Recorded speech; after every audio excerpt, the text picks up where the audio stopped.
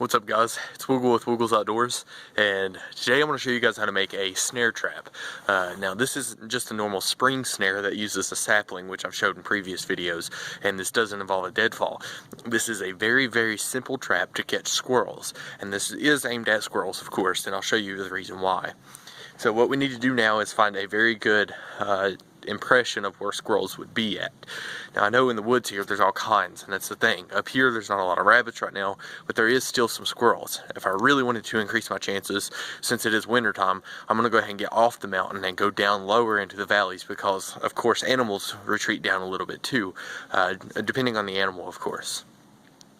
So what we need to do is we need to find a good impression of where a squirrel would be at. We can look at trees, we can look at nests, we can do a lot of different things for this. So I'm going to go ahead and look around and see if I can find a good place. An excellent idea you can do is look into the snow if it's wintertime and try to find tracks. If it's not wintertime, you can often find mud pits. Or you can just follow the plant life during the summer and look for nuts, that kind of thing. This tree formation behind me is something that we're looking for.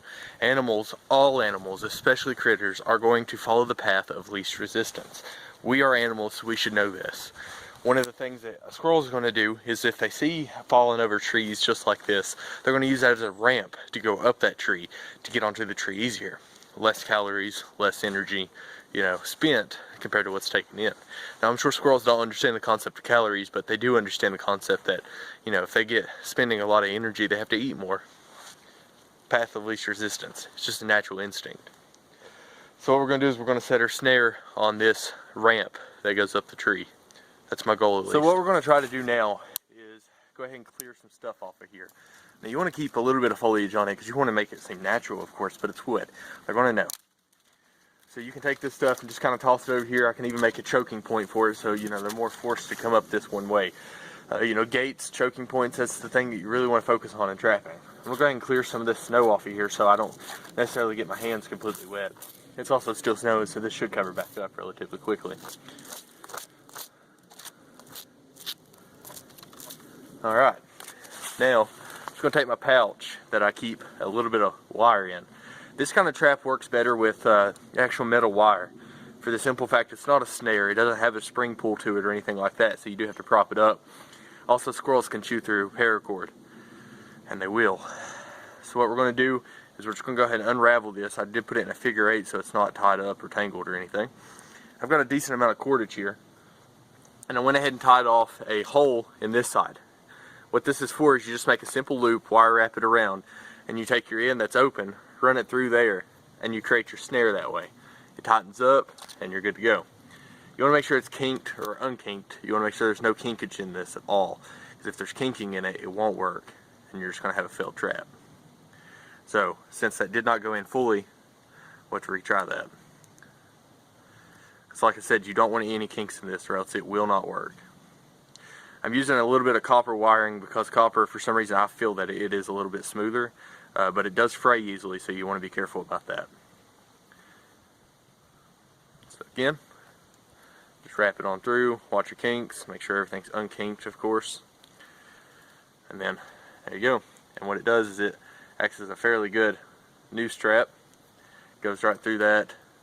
Let's make sure. Tightens up. That's all we need.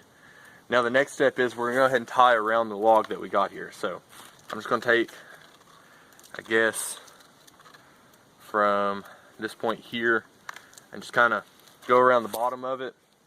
And I'm basically just going to wire wrap that around that. It's not a huge deal to tie it on too tight, but you want to make sure it's stable enough to hold a squirrel. So I am going to do one box knot on it, or maybe even just a half box knot, and just do some wire wrapping, because this is wire.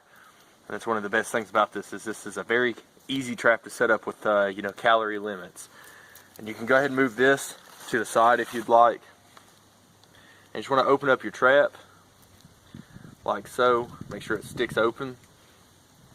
And again, copper tubing is one of those wires that isn't as good as steel for some reasons, because it doesn't always want to stay open. But just make sure we got it on there good. And once I got that wire wrapped around enough to where I feel confident with it, I can go ahead and cut off the extra, or I can hide it. I'll go ahead and cut this off because I have enough here to set one more trap with this.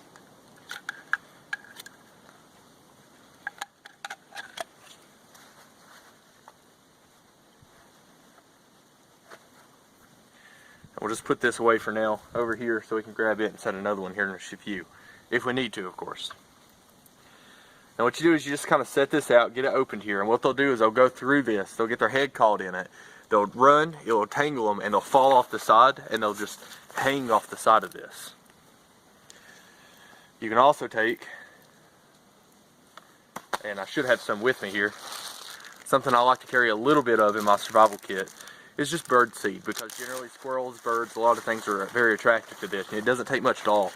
Just sprinkle a little bit here, sprinkle a little bit up here on both sides of it so they can get it either way, because this is not a directional trap. They can go in it from both ways. And then what we'll do is we'll just set this down, and you just set this out, have it ready, make sure the thing's not frayed out, of course, because again it is copper, you want to make sure everything stays pretty good, and then leave it open for a squirrel to go through. You can also gate it off a little bit, that kind of thing. But seems pretty good to me. You just leave that there, they go up through here, they eat a little bit, they run through here, get caught on it, and usually that's how it works. You also don't want to make your noose hold a little bit too big. You want to make it about the size of their head, a little bit bigger. You don't want to make it too small, but you don't want to make it too big. There's a medium point to these snares that, you know, it's very finite. Somewhere around there should work pretty good, I would assume. Now to get it to stay up is show you up close. The noose goes here on top. You kind of just work with it. It is very hairy. Again, you just kind of want to be careful. Make sure it's not too frayed out. This is a little too frayed out for my likings. I don't like my things kinked out, but it will work. You just tie your base to it, to the actual stick or log that's going up the tree. And they run through here and they get hung on it. They fall off to the side and they die. Usually breaks their neck and they usually die pretty quickly. There's a little bit of twitching afterwards, but that's just nervous reaction all in the brain. Either way, it's usually a pretty quick trap. Sometimes they do choke though. That's the art of survival. I mean, it's not going to be always humane. But at this point, you got to eat, you got to stay alive, and you got to realize that you may be more important than your next meal. And that's just because it's self-survival. It's in our brains, it's in our instincts. Remember you can lay bait on each side. That just increases your chances by a lot. You don't even have to use this much. I just used quite a bit just for the video, but just enough to attract them to it. But this ramp should attract them to it either way. It's a little cold right now, so they probably won't be out till maybe tomorrow morning or something. But there you go. Should be acknowledged that you can use paracord for this. However, you're going to want to use a system that helps hold the paracord up. This notch would work for that. Either way, live action, just to show you how this works. They go in here, get caught up. It's very easy for that to happen. They struggle, they fight it. Gets up here, they start snaring up on it. They actually fall off the edge, and then that's my full weight on that, on my arm. And they just dangle there.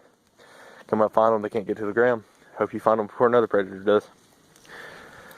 Either way, I'm going to go ahead and disband this one. I have no need to catch a squirrel right now. I'm not in a survival situation, so it's not something I need to do. Either way, I hope you guys really enjoyed the video. If you did, make sure to like, subscribe, and comment, and share it with your friends. If you're ever in a survival situation, I hope I maybe taught you something that you could use and maybe save a life out there. That's the goal of this, is to save your life. The reason I got into survival is because I'm mostly a hiker. I love hiking and I love the nature, the beauty of nature. And I thought about it one day, what would happen if I got out here and didn't know what to do? Well, got me into survival and now I love it more. It's just something beautiful about the art of it. Either way, this is one of the many traps you can learn. I would suggest learning as many as you possibly can. There's so much knowledge out here in these woods. Like, subscribe, and comment.